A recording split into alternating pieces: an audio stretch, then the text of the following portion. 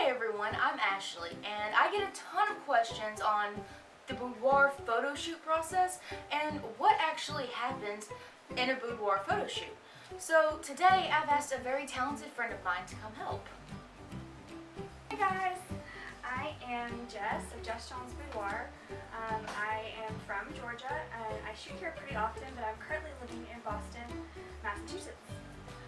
One of the reasons why I enjoy doing boudoir shoots so much, and also pinup shoots, is the happiness that women feel after they've had their shoots. I mean, their self-confidence is just sky high, and it's a beautiful thing to see. That's exactly right. I love seeing the difference from women being nervous coming in the door to really getting into the shoot and really coming into their own confidence, and when they leave they just feel like they can conquer the world. So Yeah, look, it's a great feeling. It's a great feeling for us, and it's a great feeling for the clients as well. today Jessica and I are going to explain the typical procedure of a boudoir photo shoot.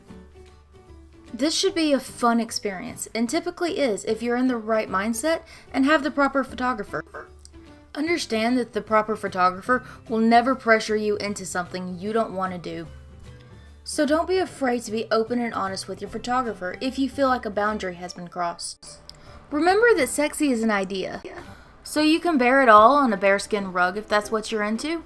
Or, if modesty is more your thing, you can choose an outfit that'll cover up the more delicate areas. Remember, these photos are for you and whoever you want to share them with. The bed is a common area to take boudoir photos. Bed poses typically accentuate the breast, the butt, and the legs. These types of posings are typically to accentuate the curves of the body. There will be a few face shots taken, but some people find it difficult to concentrate on both the face and the body. So unless your photographer tells you it's a face shot, just worry about the poses he or she is suggesting. Don't worry about the awkward in-between shots. There are always awkward shots where you're trying to figure out what pose is best for the shot. It can be frustrating, but don't let it get the best of you, because I assure you, you have some awesome angles that can be taken advantage of.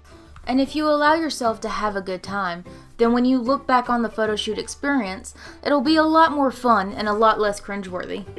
A lot of people find the feet on the wall pose to be awkward, but it almost universally makes legs look incredible. Sometimes it's the craziest feeling poses that look the best, so try to trust your photographer. In this situation, both of you just want to have a good time and come out with the best product possible.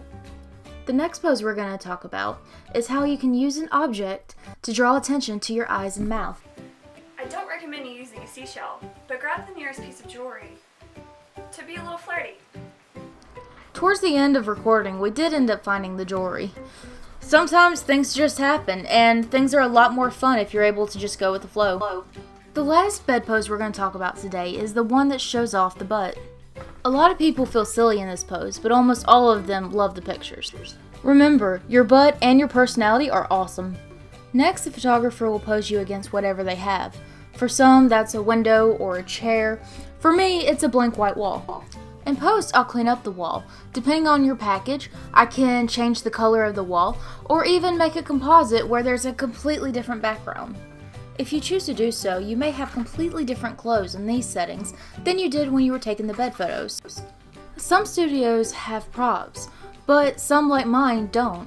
So if there's an accessory you feel like accentuates your personality, then don't hesitate to bring it.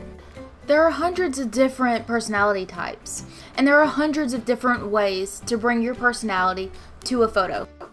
I'm sure at this point you're wondering what happens after you take the photos. The way I do it is I show you right then and there at the session what images you have, and you pick out the ones you like. After you pick out the ones you like, I pull them up into Photoshop and make small changes. Small changes include cropping, changing the color slightly, or fixing the background blemishes. Depending on how many photographs you order, this shouldn't take more than an hour. Bigger edits, such as changing the color of an object, changing the color of the walls, or changing the picture completely to be in a different setting, takes longer. To be safe, I'll tell you to come back in a week and your images will be done. It's vital that you pick out exactly what you want at that first meeting.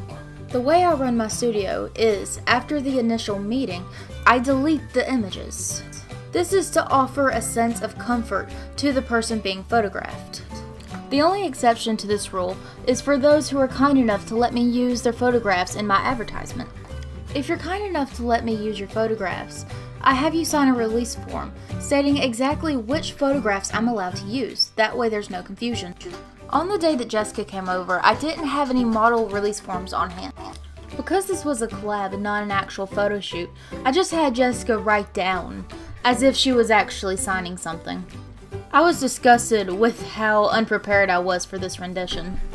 I have a much smaller setup than most photographers do, and I also live in a much smaller town than a lot of photographers do. So Jessica's going to explain what she does a little bit different than I do. So when I shoot, I usually will either find a studio space to rent, because I don't have like a personal studio set up, but I find Airbnbs, I find local businesses that will allow me to use their spaces, and it's great because I always can have like almost a different environment to shoot in. It kind of keeps things looking fresh. It kind of keeps the process more creative for me.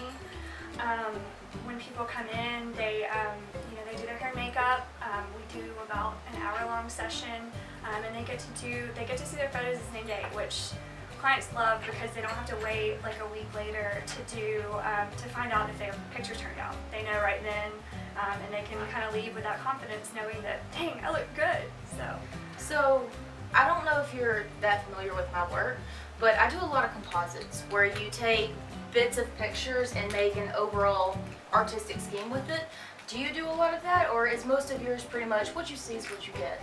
Yeah, most of what I do is kind of what you see is what you get. I try to get in camera like what they're gonna look like, and of course I do the retouching afterwards. But I don't do a lot of composites, so I guess that kind of gives you kind of a different feel for your look, your work as well. Yeah, well, that's the thing about photographers. Everybody has a different feel, and you just have to find what photographer has that right feel for you.